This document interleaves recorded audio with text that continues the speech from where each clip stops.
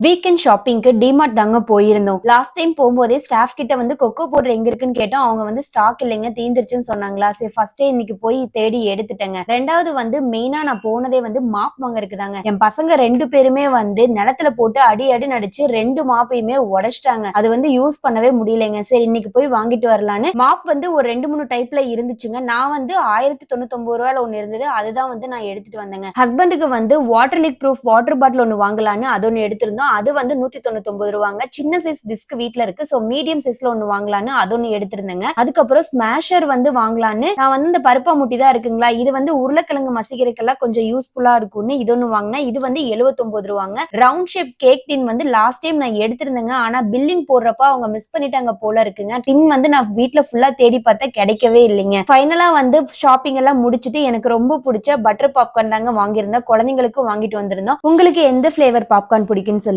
எனக்கு கமெண்ட்ஸ்ல சொல்லுங்க. நாளைக்கு ஒரு vlogல பார்க்கலாம். Thank you.